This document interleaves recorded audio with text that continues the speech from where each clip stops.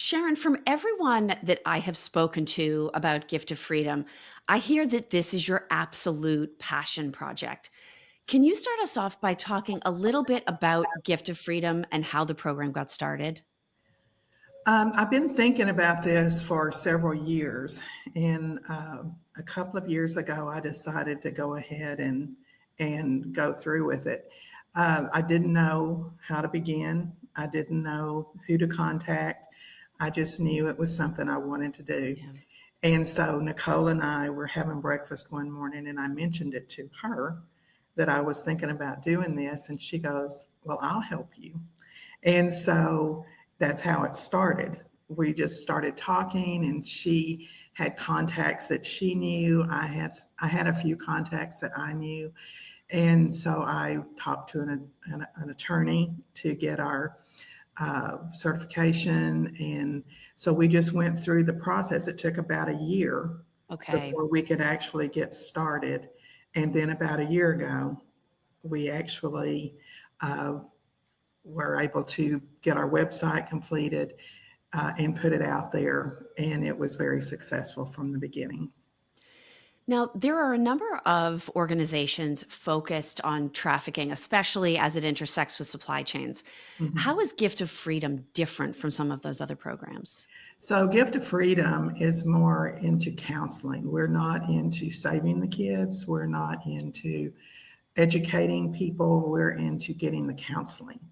And that was one thing when I watched the movie Sound of Freedom. Yeah. It mentioned that they don't have enough counselors, and they still don't have enough counselors. So I'm constantly talking to people that do counsel to see if they're willing to help the kids, talk to law enforcement, just different people that work with these kids and try to get them the help that they need. Because if we don't, it's just a matter of taking them out of a situation, but Yeah. it doesn't give them the help that they need to get through it. Yeah. That Now, was an emphasis too. I did want to yeah, jump in, Kelly, that sure. Sharon was proud of was there's an ongoing need. So the education part obviously is ongoing. But when you talk about rescuing someone, there's a lot of emphasis there already. And so with this, it's more than just, a one-time conversation. This is an Yeah. ongoing facilitation of help. And Mhm. that's really where people get the most benefit. And it seems to be forgotten. That was one of the things that Sharon had always talked about was it's kind of like, great, we pulled people out, Yeah. but now they have to rebuild their lives. And rebuilding your life is super challenging with trauma such as that. Now, we know you got involved over breakfast, Nicole. I think some of the best conversations happen over breakfast. That's my Yes. personal point of view. But it sounds like you jumped in quickly. And I'm sure part of that was knowing Sharon and what any program she was involved with would be like. But what was it about this particular cause that made you instantly say, I don't need to go home and think about it. I don't need to wait until after lunch. She's got this idea. I'm in. I will help make this work. Well, there was a family that Sharon was helping already. So she started really because of our LLC podcast. So that's a podcast Sharon and I have been a part of for a couple of years. And so she got introduced and did an interview with someone. So from that interview on, I could tell that there was a passion for her. And then she was introduced to a family that needed help. And Sharon jumped right in to help and send supplies and do different things and understand how she can continually help. So she didn't just send money like most people would. She actually ordered supplies and sent them to her house. And so Sharon, I've known now from the LLC podcast, and she goes above and beyond, and she's just has such heart.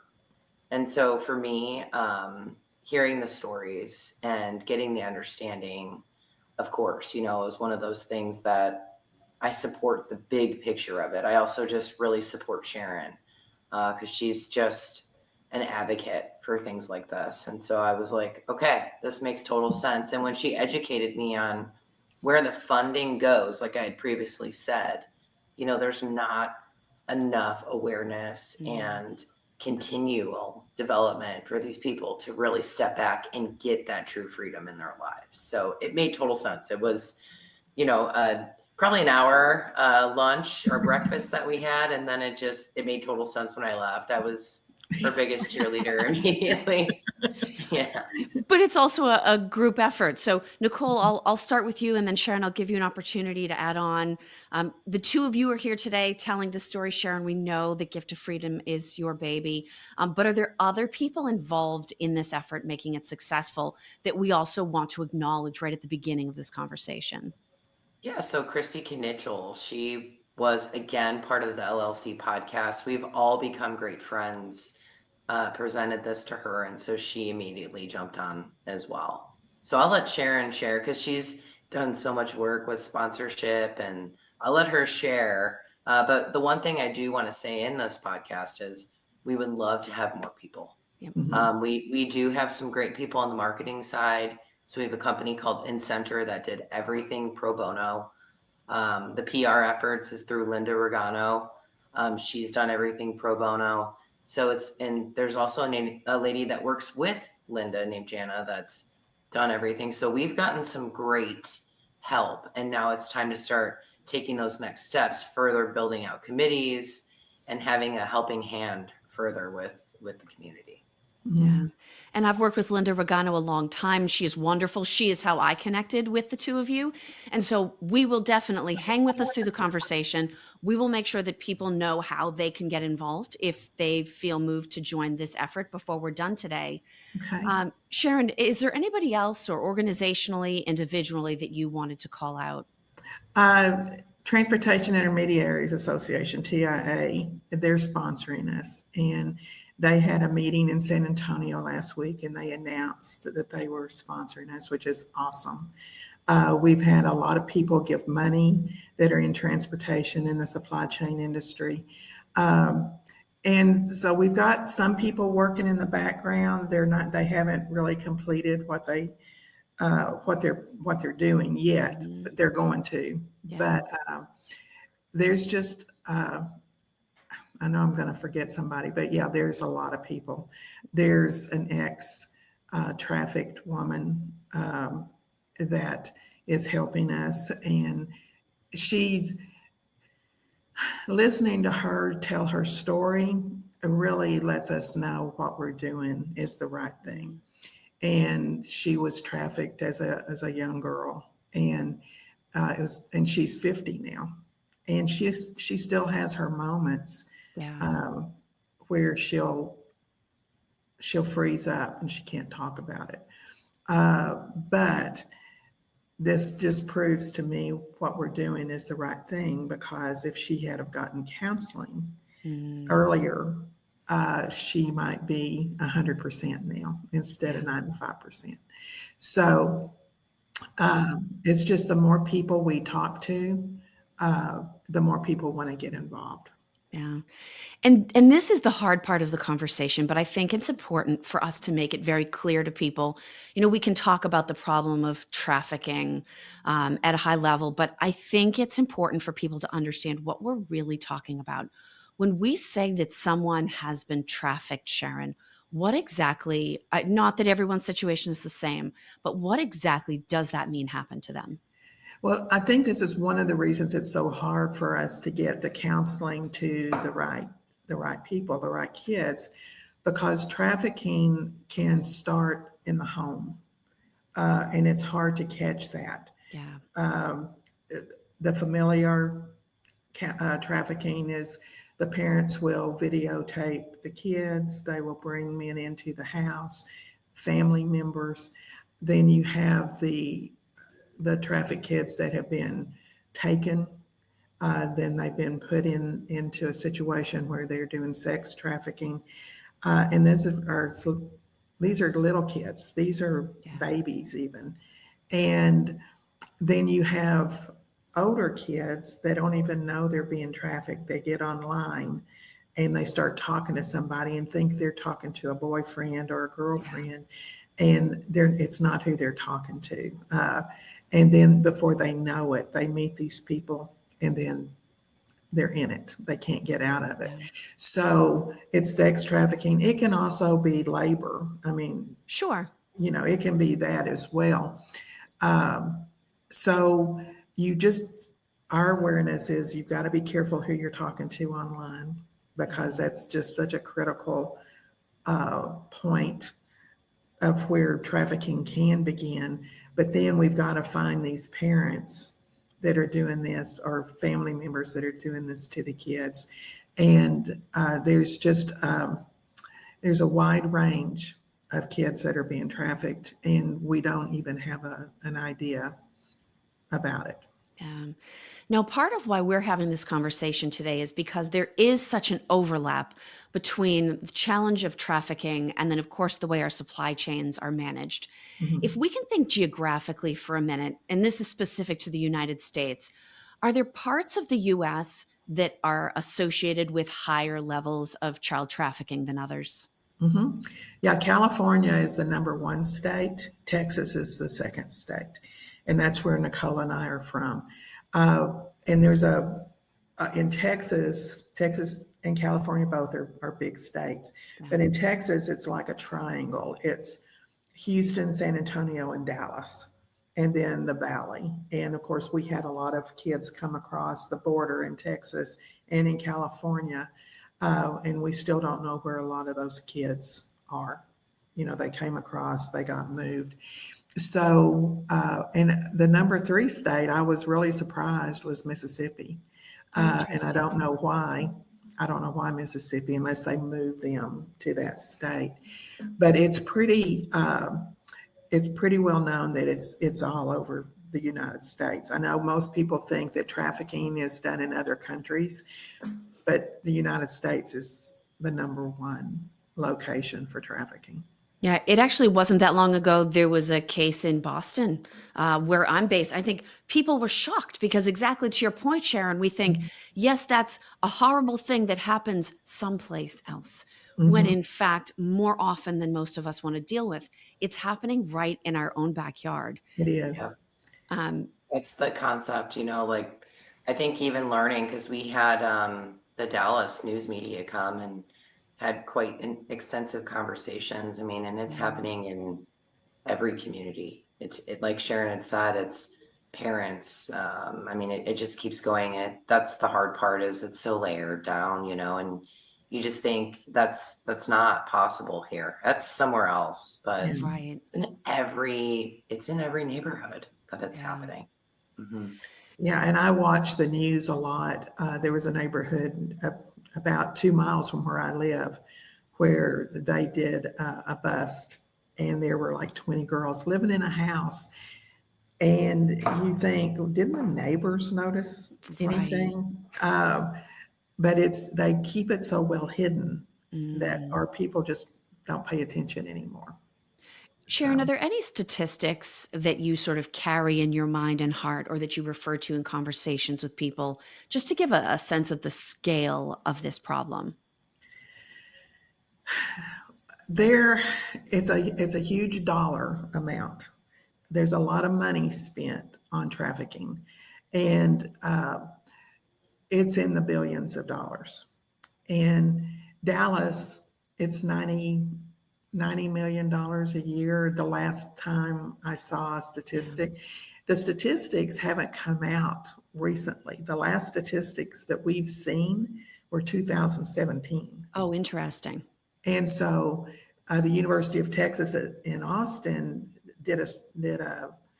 they researched it and came up with these statistics, but you don't really see any new statistics. Mm. And so we have looked and looked, and we still haven't found any, but we know it's gotten worse.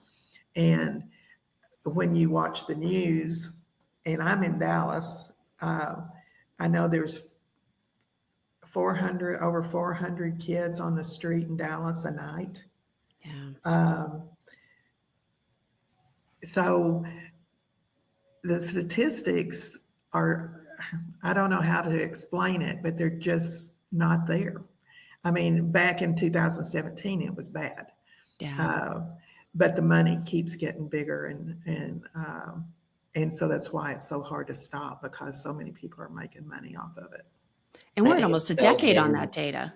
Mhm. Yeah, and it's so hidden, Kelly. I think it's one of those where I highly doubt it would be completely accurate anyways. Mhm. It's the Yeah. idea of secrets. And Mhm. so with secrets, I think it's significantly harder to uncover that and understand really what the tried and true numbers look like. But I would assume it's much higher than Yeah. even what we anticipate for Yeah. sure. Yeah.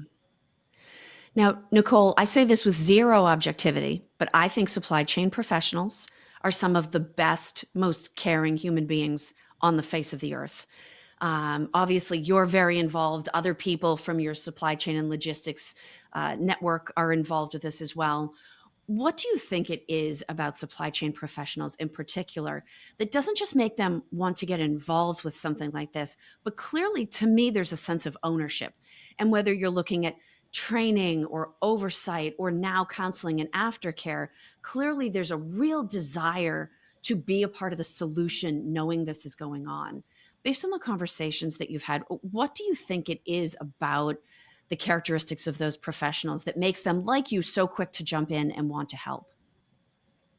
We come to work and we are doing what we're doing to move the world forward, right? So everything moves on trucks. And so the idea that we are part of something that is leading to such horrible things that we're not aware of, uh, I think makes us have this connection to it. It makes us understand that the involvement of what we do, sometimes even not knowing, right? Because there's so Yeah, many different things that are happening within the supply chain that you don't know. I mean, you could have a load with a driver and you don't even, you don't know all the sure. particulars. So I think it's that. I think we want to make sure that we're moving things forward in a positive way, and then just the idea of being connected to it, Yeah, and understanding that it's actually happening, and we're not knowing but helping in some cases facilitate things that are just detrimental to people's lives. So, yeah, and you're right. I mean, there's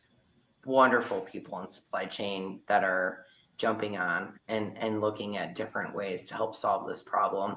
But that's why we want to keep talking to more, because those people have such great traits and they Mhm. understand what goes into our industry. We want to just keep talking about it so that way they're aware, and hopefully we can help make a huge impact in this issue. Yeah.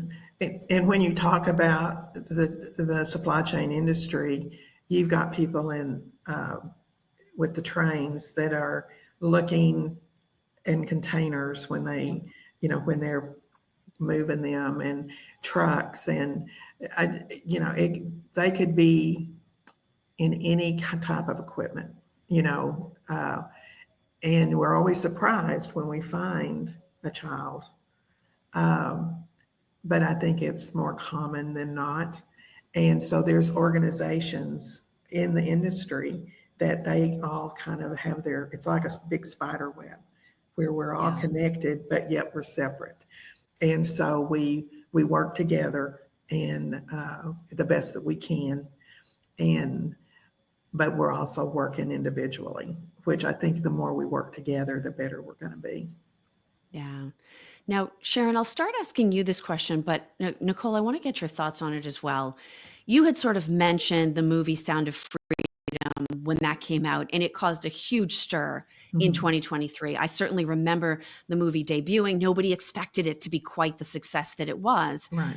I'm curious from your perspective, does something like that entering mainstream entertainment, general consciousness, help the work that you're trying to do? Or does it hurt it by maybe putting perceptions out there that aren't exactly what you're seeing day to day? I think it helps. We don't see a lot of, I mean, we do see movies about trafficking, but we don't see enough like Sound of Freedom. And so I think when people Mm, see that, they realize what an issue it really is. And that's what really, when I watched the movie, that's what made me decide to just go ahead and do it. Because, and when they talked about the counseling, that spoke to me. And I thought, okay, that's something that I can do. Um, yeah. and so I think it helps. I really do. Have you found the same thing, Nicole, from conversations that you had, that it's almost part of the educational process having that so out there? I mean, I think it helps. I mean, everything has a pro and con, right? When we're Sure. looking at it. And so it's understanding and taking even just the awareness out of it, of what's going on. So I believe it helps bring light to these Mhm. situations, and open up the idea of conversations and help. I mean, I've seen many different documentaries that there are actually times that I see them and I'm like, wow, why are you showing the world how to do something like this, right? But at the same time, Mm, it still is yeah. sometimes taking the blinders off is what gets the right people involved. Yeah. Now, Sharon, you focus specifically on sort of the aftercare or the counseling because you felt like that was a piece maybe that was getting overlooked, a place where Mhm. you could step in and help. Why do you think it has been overlooked, or simply the need hasn't been met enough until now? I think it's because of the lack of counselors. Um, and then people don't think about that side of it Mm, so much as getting them rescued, getting them out of the situation they're in, and then putting them back out in the world. Um, so I think it's a combination of both. And so if we can push the idea of getting counseling, and we work with organizations that do counseling, um, I think it will help. I mean, we've got a big job in front of yeah. us. It's almost it's almost too much at times. But we just take it one child at a time because Yeah. that's what's important, and we just have to remember why we're doing this. Yeah. With the counseling side of stuff, Kelly, the one story that Sharon actually learned from hosting that podcast, the family that she was helping, it was a woman who ended up having two children in trafficking. So then these children became trafficked as well. Mm, She was pulled out. The only life that she knew, because she'd been in it so long, was to continue potentially. And that's the whole thing, is getting people to have the awareness that that is not how they have to live their lives. yeah. But she was thrown back in the system with no supplies. She had to furnish an apartment, no ability to have her mind straight to actually go get a job. Yeah. DCFS was already going, hey, there's not food in this house if you don't have it by this day. She was trying to turn on different benefits to at least get her on her feet. It took a long time. And so the idea of trying to go through all of that when you've been put in another place for so long, and now it's, hey, you need to change everything about your life. I think it's that side too. I Right. think people, when they're in it for so long, they don't even know the ability to be free. What does that actually mean? But they really don't get the help to actually make Mhm. that change. And then imagine going through all of that and not being able to have someone to even talk to. Now it's you and your two children in this Right. foreign land, and it's get to work, go change your life, be part of society without any comprehension on how do I even take those next steps and how do I process that trauma. So that's why when we say a length of time, Mm, it takes a long time to do that. It Mhm. yeah. takes a long time to get your mind right. And you need to be able to work through all of those traumas to be that parent again, for your children, and get them to even see things different. So, like we said before, every scenario is different, but the one that we had heard was just, I mean, it was heartbreaking. Yeah. And to think that this lady who's now just out is like being held accountable to do things. It's like you want to say yes, that should be, but when you really stop and think about trauma, it's like Yeah. what's your first step as that person? So it's Yeah, and impactful. I think a lot of people think of them as prostitutes. They don't think of them as being victims. I mean, Yeah. nobody grows up wanting to be a prostitute. And No. so the CPS worker just had no sympathy for this woman at all. And it makes you angry, it makes you sad. And so you just jump in and you help wherever you can. And uh, I haven't heard how she's doing right now, but the last I heard, she had a job. Her daughter is in kindergarten, and she had a baby, and she had daycare, and she was on Social Security, and so, but I've lost. I don't know anything about her. I never knew her name. She was in another state, but when you start helping, you realize that you really are helping these people. And she would send me cards and things like that to thank me.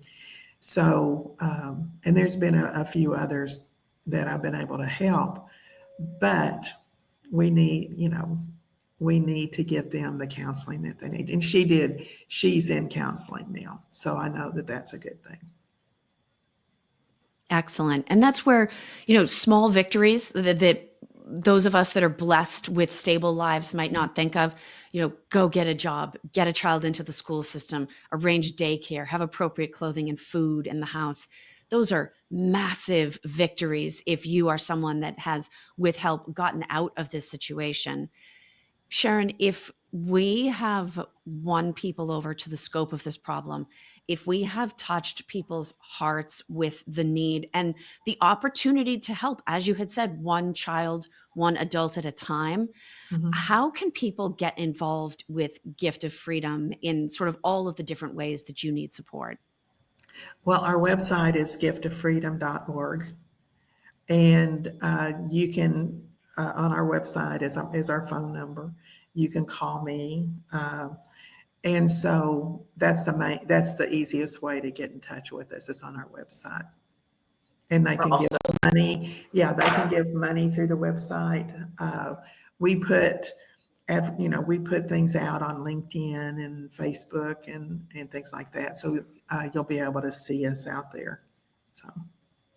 Yeah, and contacting myself too. I know Christy Canancial's a part of this as well. So reach out to us directly, go to the website, give us a call, shoot us emails. If you go to the website, you'll be able to find our email address. And we do have different sponsorship abilities too. So if people are looking to donate, but like I said in the beginning, we're also looking for people to help us on committees with fundraising, with different marketing things, potentially going to some trade shows and some logistics conference events for us, and getting the word out there and helping really spread this idea of what we're doing would be fantastic. You don't need to be in the state of Texas, even though that's where we're domiciled. You can be anywhere helping this mission. So reach out to us and we'll put you to work. Yeah. That's that other thing we know supply chain people are so good at. Anybody Yes. listening in, find the way that matches what you can give to help Gift of Freedom. It's an amazing organization.